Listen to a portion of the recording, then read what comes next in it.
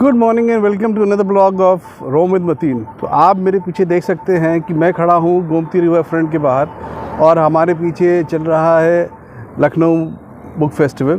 तो जैसे मैंने पिछले ब्लॉग में बोला था कि मैं आप लोग को लेके चलूँगा लखनऊ फिल्म फेस्टिवल में, लेकिन उस दिन काफ़ी बिजी होने के बाद वी कुडंट रीच और काफ़ी देर हो गई। तो आपसे किया हुआ वादा मैं कैसे अधूरा छोड़ दूँगा।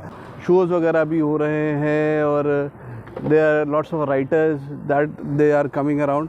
और सुबह का टाइम है, आई डोंट नो कि अभी इस टाइम क्या एक्टिविटी है अंदर, तो वो तो अंदर ही चल के पता चलेगा। So let's go inside and take a look at the book fair.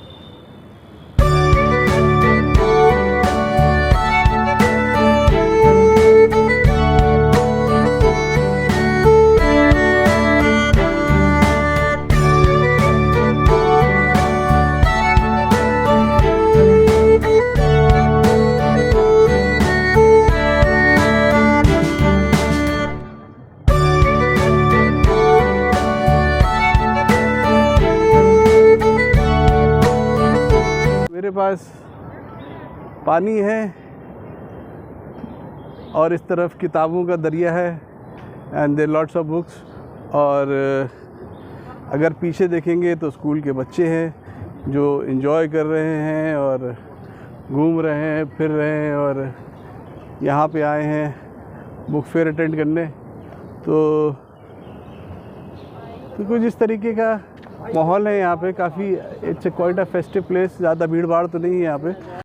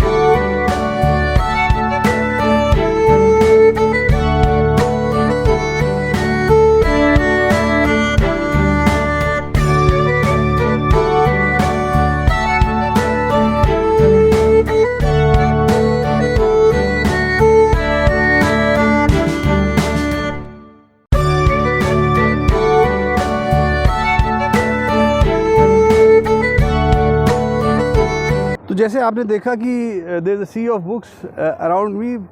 काफ़ी एक्साइटेड हूँ यहाँ आके देख के। और and lot of books not just in Hindi literature बल्कि अंग्रेज़ी लिटरेचर की भी बहुत अच्छी अच्छी किताबें हैं यहाँ पे। It's a very good place to be. और and if you are interested in reading and और अगर आपको किताबें पढ़ना पसंद है, कहानियाँ पढ़ना पसंद है, बायोग्राफीज़ पढ़ना पसंद है, या you want to study about economics and accounts and all kind of books are there. और हर एज के लोगों के लिए किताबें हैं। बच्चों के लिए स्टोरी बुक्स हैं और यंगस्टर्स के लिए तो जो रीडर्स होते हैं all kind of story books are there. Fiction है, रोमांस है, थ्रिलर्स है। So all kind of novels are there, story books are there. So काफ़ी अच्छी जगह है।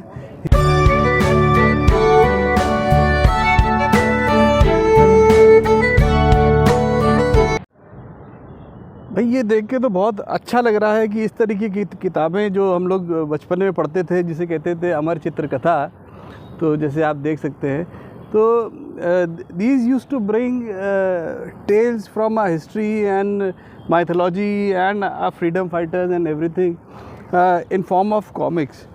तो एक बहुत ही अच्छा एफर्ट है ये अमर चित्र कथा की तरफ से कि इस तरीके की किताबें वो आज भी छाप रहे। जैसे राम शास्त्री के बारे में है, अश्विनी कुमार के बारे में है, जलियांवाला बाग के बारे में है, हरीश चंद्र के बारे में है, भीम हनुमान के बारे में है, राणा सांगा के बारे में है, द्रोणा के बारे में है। और से मेरी फेवरेट जो थी बचपने में वो बीरबल की कहानियाँ हुआ करती थी।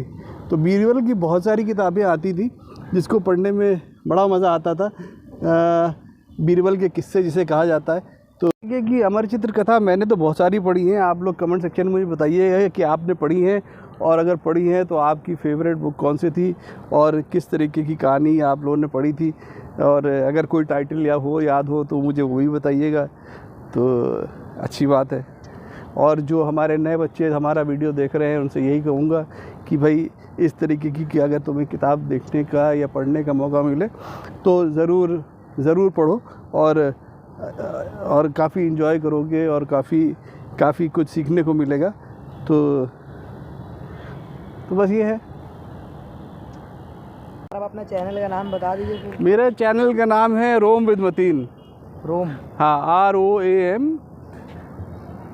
रोम सब यार गेटिंग तो मेरे साथ आपका नाम बताएंगे क्या है? आदित्य वर्मा। तो हमारे साथ आदित्य वर्मा है। Aditya Verma PG college inter college के छात्र हैं, और कौन सी क्लास में पढ़ते हैं?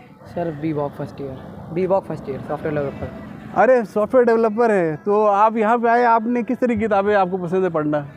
सर पसंद है थोड़े इंस्पिरेशनल, फाइनेंस से रिलेटेड, फ्यूचर से रिलेटेड। अच्छा है। तो इंस्पिरेशनल किताबें आप किस तरीके की पढ़ते हैं? रिच डैड पुअर डैड, ये सब करके। ओके। पढ़ने का मन था तो ली नहीं अभी बोले। अरे very good.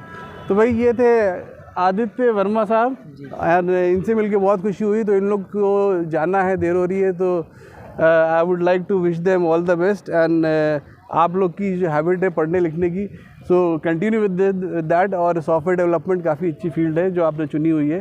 So hope all the best for your future. तो ये हमारा भारत का भविष्य और काफ़ी अच्छे हाथ में है।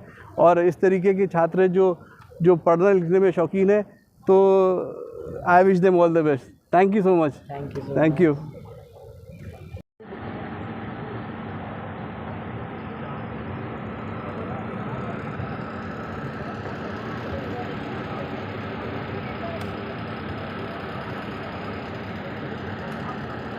सकते हैं lot of kids sitting down there. यहाँ पे एक इन्होंने बनाया हुआ है बाल मंडप कॉर्नर। तो यहाँ पे डेली कुछ न कुछ किड्स एक्टिविटीज़ होती रहती हैं। तो यहाँ बच्चे बैठे हुए हैं, and there is a creative writing, it's a competition, और it's a competition that is going on.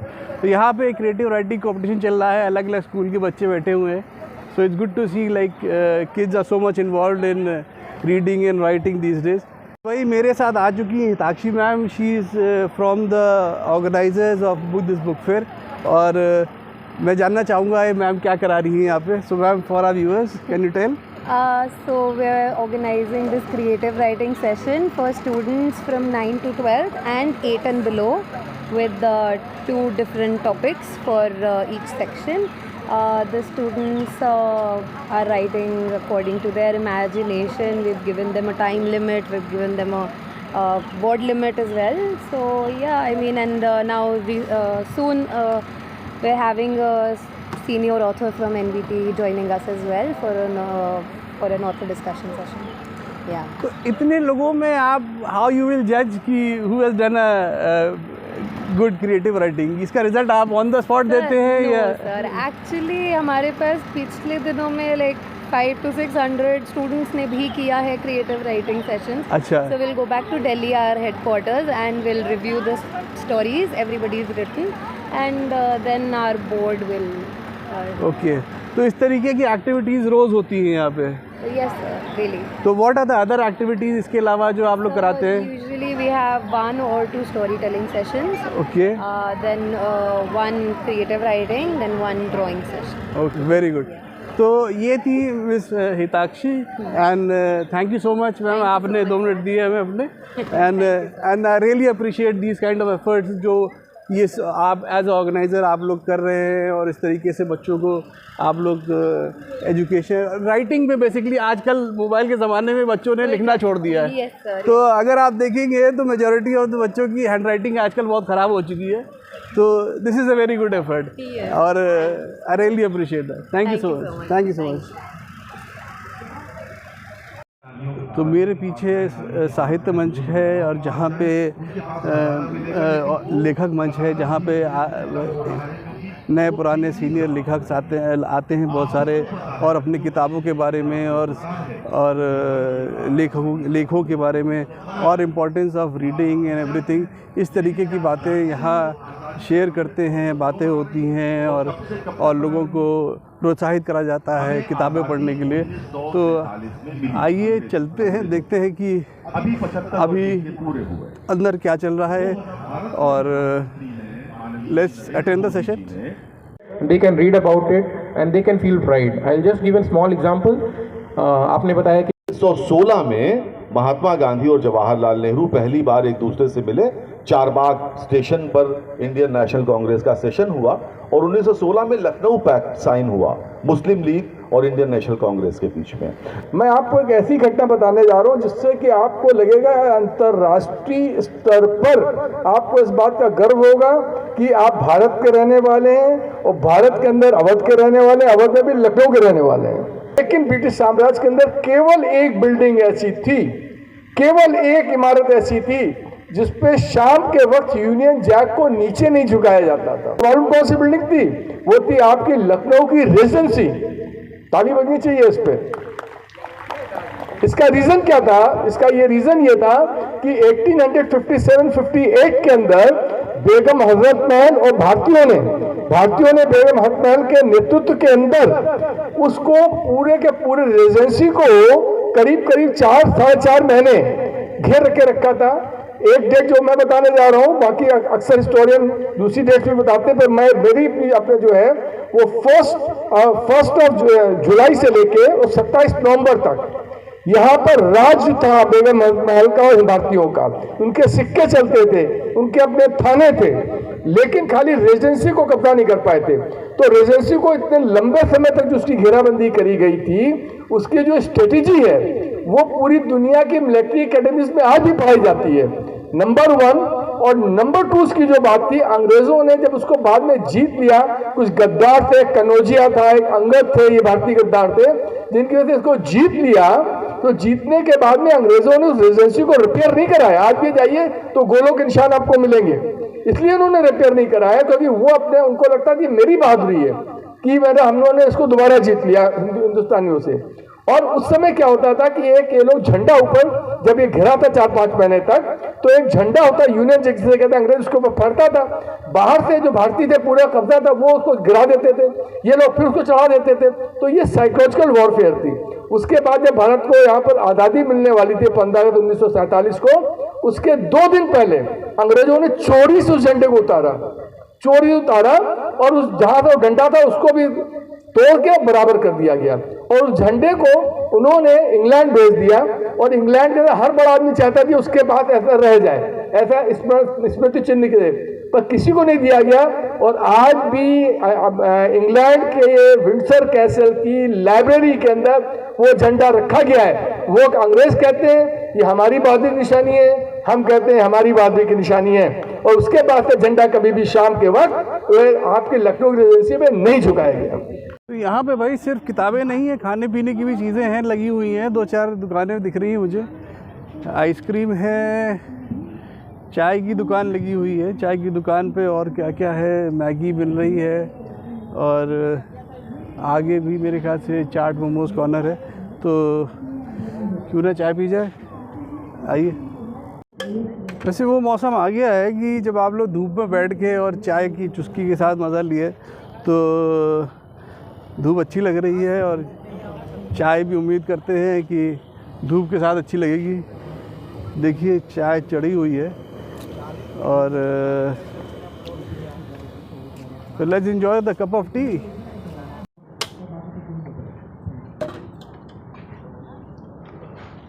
क्या भाई भेलपूड़ी भी तुम ही बना रहे हो? बढ़िया है। कितने रुपए प्लेट है? 30, 40, 50। चलो चाय पीते हैं और फिर उसके बाद देखते हैं कि भेलपूड़ी कैसी है। तो भाई हमारी चाय आ चुकी है, कुल्हड़ वाली चाय जिसे कहते हैं, और कुछ ऐसी दिखती है। तो आइए चुस्की लीजिए और देखिए कि कैसी बनी है चाय।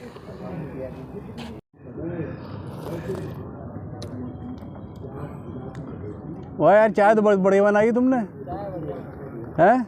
अदरक वाली चाय एकदम जैसी हमें पसंद है, एक number.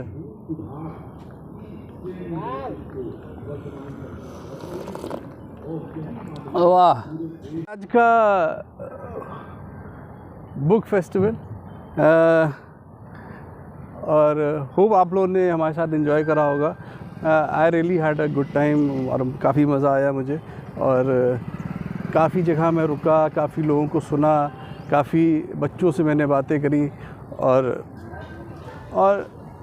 I really enjoyed this kind of gatherings और इस तरीके की इवेंट्स।